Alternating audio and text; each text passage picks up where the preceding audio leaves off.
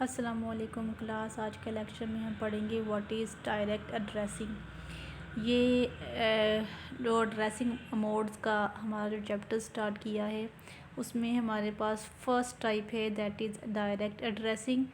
Direct addressing क्या होती है? ये ऐसी एड्रेसिंग होती है जिसमें हम किसी वेरिएबल को या मेमोरी के सेल को डायरेक्टली एक्सेस करवा सकते हैं, उसको हम कहते हैं डायरेक्ट एड्रेसिंग।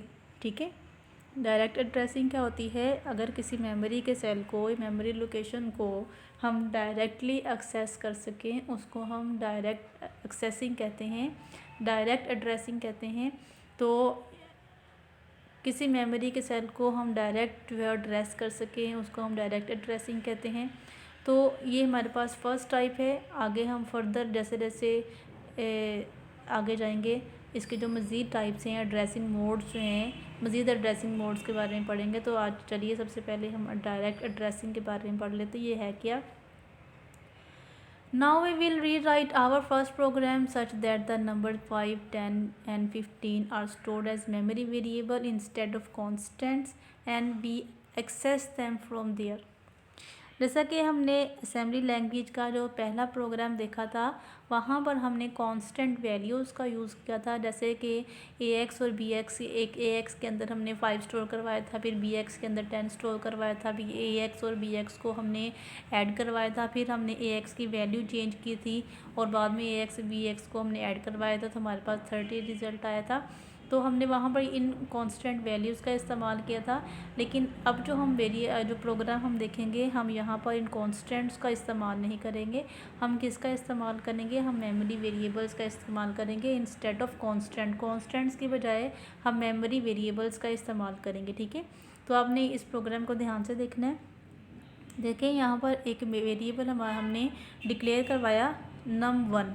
ठीक है, ये ब्रैकेट के अंदर है num1, इसका मतलब है ये मेमोरी की लोकेशन है। ठीक है, मेमोरी का एड्रेस है, num1 मेमोरी का एड्रेस है, ये जो हमने इसको स्क्वायर ब्रैकेट के अंदर इसको डिक्लेयर करवाया हुआ है। तो देखिए, load first number in AX। num1 पर जो नंबर पड़ा हुआ है, जो कांस्टेंट पड़ा हुआ है, उसको AX के अंदर लोड कर दो, यानी कि AX के अंदर उसको मूव कर दो। ठीक है, move AX comma square bracket num1। ये हमारे पास फर्स्ट इंस्ट्रक्शन है। सेकंड इंस्ट्रक्शन क्या है? देखें, move BX comma num2। num2 जो हमारे पास है, इसके अंदर जो ये जो हमारे पास memory address num2 memory address पे जो वेरिएबल जो वैल्यू पड़ी हुई है उसको लोड कर दो BX के अंदर। ठीक है, अब उसके बाद add AX comma BX, AX को और BX को ऐड कर दो। उसके बाद मूव BX कॉमा num3। अब num3 एड्रेस पर जो वैल्यू पड़ी हुई है उसको BX के अंदर लोड कर दो। ठीक है, जैसे कि सपोज ये हमारे पास मेमोरी एड्रेस है, अब num3 हमारे पास है, यहाँ पर हमने इसको डिक्लेयर करवाया हुआ है। num3 पे देखिए वैल्यू क्या डिक्लेयर करवाई है, 15। अब 15 किसके अंदर चला जाएगा? BX के अंदर। ठीक है, 15 जो है वो BX के अंदर जाके लोड हो जाएगा। उसके बाद ऐड AX कॉमा BX। अब AX और BX को दोनों ऐड कर दो। सेम वैसे का प्रोग्राम है जैसे हमने पहले जो है पिछले चैप्टर में हमने देखा था। उसके बाद मूव num4 कॉमा AX। अब देखें, ये बात याद रखें, हमने देखा था कि जो हमारे पास यहाँ पर जो ऑपरेंड होता है ना, वो डेस्टिनेशन ऑपरेंड होता है, यहाँ पर हमारे पास सोर्स ऑपरेंड होता है। और हमने देखा था कि डेस्टिनेशन ऑपरेंड या तो कोई मेमोरी वेरिएबल हो सकता है या फिर कोई क्या हो सकता है, या फिर कोई रजिस्टर हो सकता है, क्योंकि इन दोनों के अंदर चेंजिंग की कैपेबिलिटी होती है। लेकिन कांस्टेंट कभी भी हम एज अ डेस्टिनेशन ऑपरेंड इस्तेमाल नहीं कर सकते, क्योंकि कांस्टेंट के अंदर चेंजिंग की कैपेबिलिटी नहीं होती। और अगर कांस्टेंट को एज अ डेस्टिनेशन ऑपरेंड इस्तेमाल करेंगे तो हमारा जो डीबगर होगा वो इसको इलीगल कंसिडर करेगा, इलॉजिकल कंसिडर करेगा। ठीक है, और उसके बाद ये जो दो लाइंस हैं, आपको मालूम ही है कि प्रोग्राम को टर्मिनेट करने के लिए हम इस्तेमाल करते हैं।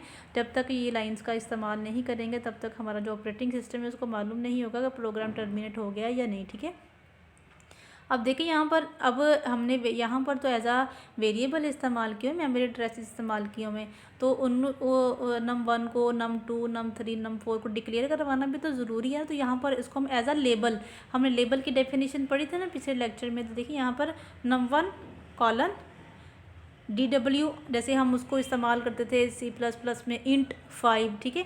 हम यहाँ पर DW 5, जो यहाँ पर 5 की जो हमारे पास टाइप है ना, तो यहाँ पर num1 की जो टाइप है वो DW, इसके अंदर वैल्यू स्टोर करवा दी 5, num2 colon DW 10, num3 colon DW 15, num4 colon DW 0, ये इसके अंदर वैल्यू स्टोर करवा दी हैं, ठीक है।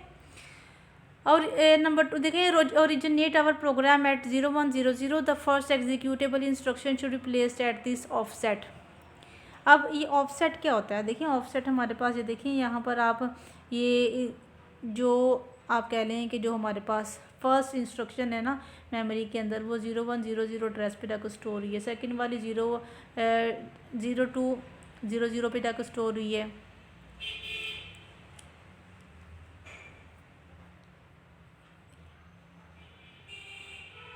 ये देखें, ये हमारे पास है ऑफसेट कि पहली इंस्ट्रक्शन कहाँ स्टोर हुई है, दूसरी कहाँ स्टोर हुई है, तीसरी, चौथी, पांचवी, तो ये हमारे पास सारे ऑफसेट्स होते हैं, ठीक है। पहली से दूसरी तक, दूसरी से तीसरी तक, तीसरी से चौथी तक, ये हमारे पास ऑफसेट्स होते हैं।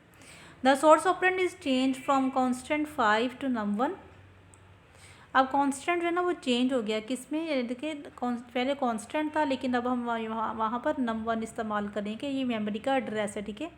The bracket is singling that the operand is placed in memory, जो ब्रैकेट इस्तेमाल की मैंने, इसका मतलब है कि ये जो ऑपरेंड है ना मेमोरी के अंदर स्टोर हो है, ठीक है। एट एड्रेस num1 को एज एड्रेस इस्तेमाल करेंगे कि जो वेरिएबल है, ये ऑपरेंड है, मेमोरी में स्टोर है, किस एड्रेस पर, num1 एड्रेस पर।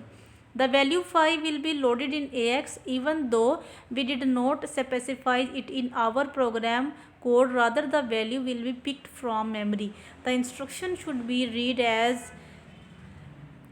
the contents of memory location num1 in the AX register. इस ये जो हमारे पास इंस्ट्रक्शन है उसको हम रीड कैसे करेंगे, इसको रीड करेंगे, read the content of memory location num1 in the AX register. ये जो कंटेंट है इसको मेमोरी के इस एड्रेस पर रीड करो और इसको, ये कहाँ पड़ा हुआ है, इसको AX के अंदर मूव करा दो, AX के अंदर लोड कर दो, ठीक है। The label num1 is a symbol for us but an address for the processor.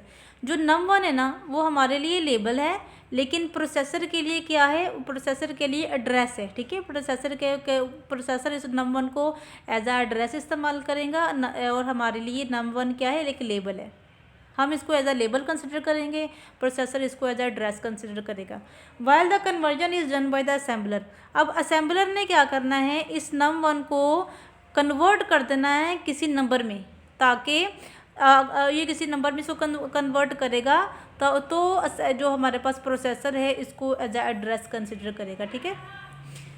The label num1 is defined as a word and the assembler is requested to place 5 in that memory location. The colon signals that num1 is a label and not an instruction. ये जो colon इस्तेमाल किया हुआ है ना, colon हमें बताता है कि num1 हमारे पास लेबल है, कोई इंस्ट्रक्शन नहीं है, ठीक है।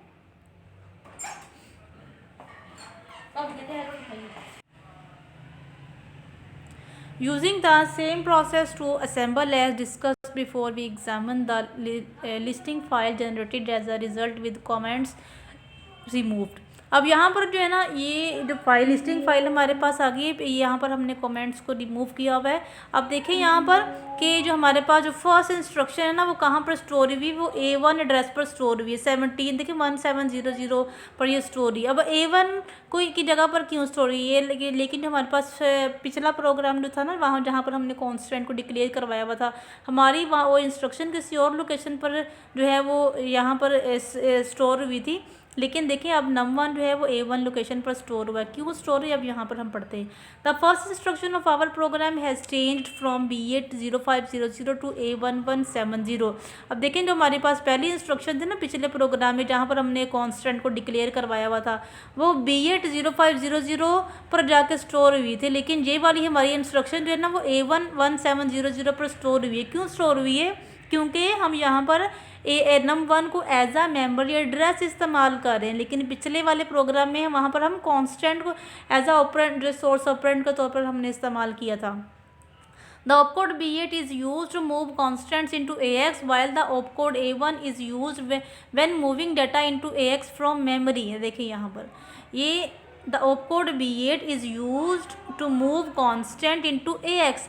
B8 opcode हमने तब इस्तेमाल किया था जब हम किसी कांस्टेंट को AX के अंदर मूव करा रहे थे, while the opcode A1 is used. लेकिन अब A1 क्यों यूज़ किया जा रहा है? A1 यूज़ कर रहे हैं, the A1 is used when moving data into AX from memory. अब यहाँ पर AX के अंदर डाटा हम कहाँ से स्टोर करा रहे हैं? मेमोरी से हम डाटा AX की तरफ स्टोर करवा रहे हैं, ठीक है. The immediate operand to our new instruction is 1700 और as a word. The immediate operand to our new instruction is 1700 or as a word 0017 23 decimal, and from the bottom of the listing file we can observe that this is the offset of num1. The assembler has calculated the offset of num1 and used it to replace references to num1 in the whole program. Also, the value 0500 can be seen at offset 0017 in the file. We can say contents of memory location 0017 are 0005 as a word. Similarly, num2, num3 and num4 are placed at 0019, 001b and 00id addresses. When the program is loaded in the debugger, it is loaded at offset 0100, which displays all memory accesses in our program. The instruction A11700 is changed to A11701, meaning that our variable is now placed at 0117 offset. अब ये offset वाला जो चक्कर है ना, ये आपने अपने माइंड में रखना है. ये ऑफसेट जो जैसे जैसे इंस्ट्रक्शंस एग्जीक्यूट होते हैं ना, वैसे वैसे हमारा जो आईपी एड्रेस है ना वो चेंज होता रहता है. जब आप इस प्रोग्राम को एग्जीक्यूट करवाएंगे ना, तब आपने आईपी के ऊपर ध्यान रखना है कि जैसे जैसे हमारा जो असेंबलर है ना न्यू लाइन पे जाता है तो हमारा जो आईपी है ना वो चेंज होता रहता है. The instruction is shown as move AX 0117. Also the data window can be used to verify that offset 0117 contains a number 005.